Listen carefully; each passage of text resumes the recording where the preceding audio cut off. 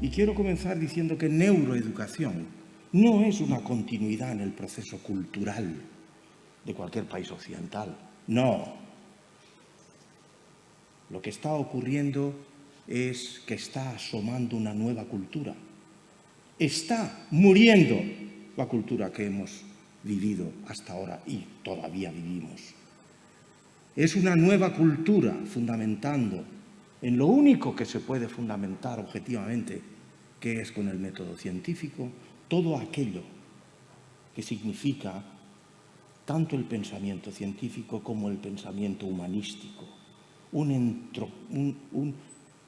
encuentro entre ciencias y humanidades en donde no es, como hasta ahora se pensaba desde Snow, que son paralelas unas y otras grandes áreas del conocimiento. No, es solo una.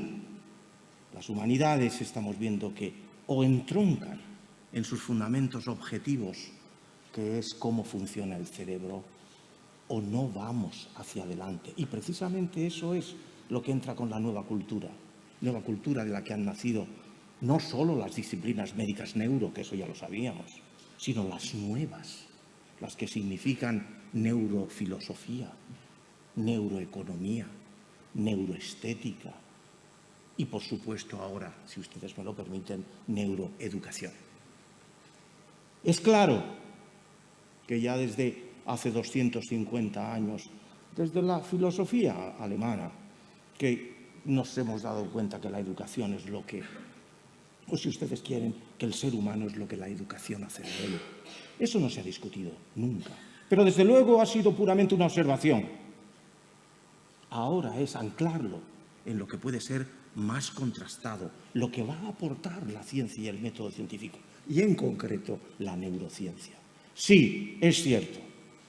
Es cierto que nuestro cerebro no ha cambiado en los últimos 10, 15.000 años. Como es cierto que apenas se ha cambiado, si algo, el genoma. Quizá algo el epigenoma. Y es cierto, eso sí, que lo que ha cambiado profundamente a lo largo de estos 15.000 años es el ambioma. Lo que como matiz ha expuesto el director general, lo que nos envuelve.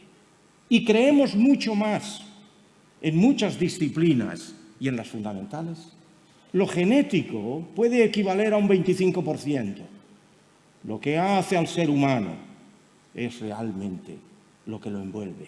El 75% de lo que somos es ambioma, es plasticidad, es nuestro cambio cerebral y que se transmite no genéticamente, sino culturalmente, boca a boca. Eso es lo que nos hace que si trajésemos aquí un niño de la Roma antigua o incluso del Paleolítico y lo metiésemos en uno de estos colegios, no podríamos distinguirlo, porque aprendería igual que nosotros, quizá más lento, pero exactamente igual, porque el constructo genómico es el mismo y el cerebro y los circuitos que codifican para sus funciones es el mismo en su esencia.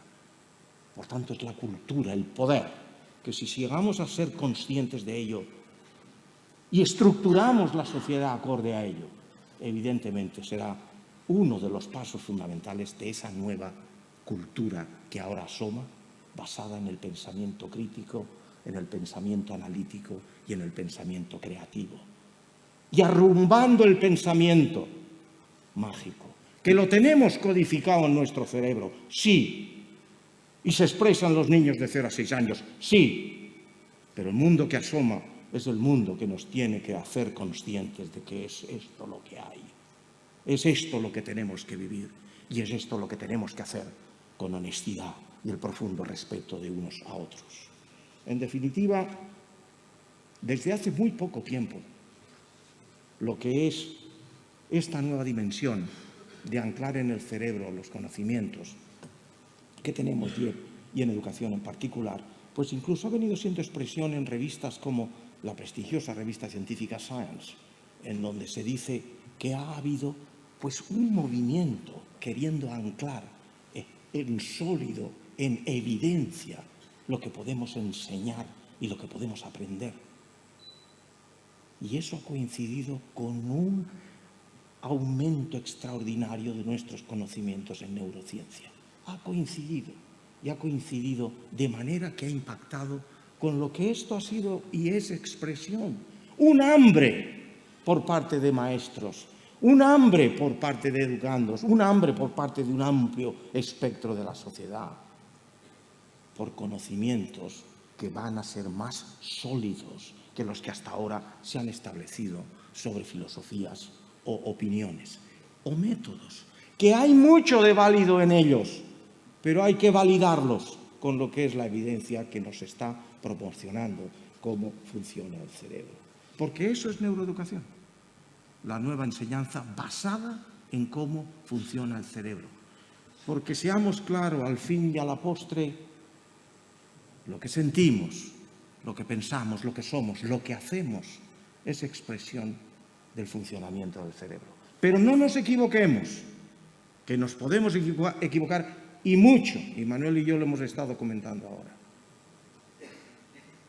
Conocer todo esto nos lleva a que cuando hablamos del cerebro no hablamos de que es el cerebro lo que yo soy o el cerebro último responsable de. No, es el cerebro en interacción constante con el resto de los órganos del cuerpo. Y es el cuerpo en interacción constante con el medio que le rodea. Por tanto, no somos nuestro cerebro, somos nuestro cerebro junto con los demás órganos y ese cuerpo en interconexión con todo lo que nos rodea. Insisto y lo repito porque creo que es importante. El cerebro solo no es más que un órgano, jefe, supremo, sí, pero que no funciona adecuadamente sin el constante y dedicado trabajo de una interacción con el resto de los órganos de nuestro cuerpo. Y se ha venido a decir por Hart, hace unos 30 años, pero es verdad, llegará un punto, decía, que intentar enseñar instrucción y educación, intentar en definitiva enseñar, si no se cuenta con la neurociencia, cómo funciona el cerebro, será algo así como intentar diseñar un guante sin nunca haber visto una mano. Cómo es en su morfología y cómo es en su funcionamiento. Y esta es una realidad que se está haciendo, que está aquí. Pero hay un punto importante. Debemos ser muy cautos.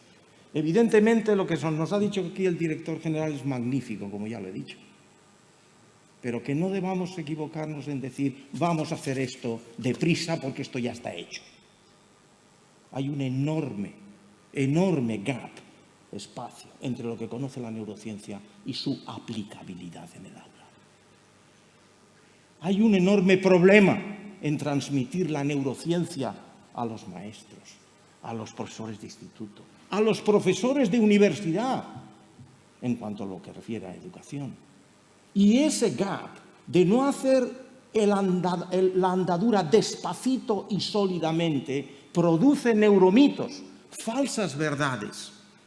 Y todos nos encontramos en disposición fácil y rápida, desde el maestro en primaria hasta la propia universidad, de hacer teorías, de elucubrar, cuando realmente sus conocimientos sólidos de lo que es la neurociencia y el valor relativo que tiene que ser constantemente validado y contrastado, no se ejecuta. Y se introducen, insisto, precisamente por ello, falsos mitos. Por tanto, es prematuro, dicen incluso ahora en la revista, como es Physiological Reviews, recientemente decir, mire usted, yo creo que incluso se puede explicar todo lo que usted quiera explicar del cerebro sin siquiera mencionar el cerebro para nada. Es decir, hay gente que todavía cree que es prematuro entrar en neuroeducación. Yo opino lo opuesto, con mi modestia, y perdónenme por ponerme delante. Yo soy poca cosa en el contexto de lo que es la neuroeducación. Pero evidentemente me apunto efectivamente con fundamentos y estoy dispuesto a discutirlos, que es ahora, porque es basado al menos en que debemos evitar que se creen evitar los más neuromitos posibles, es decir, evitar que se creen neuromitos, evitar que crezcan falsas verdades y se mitifiquen, que de eso en este país tenemos mucho.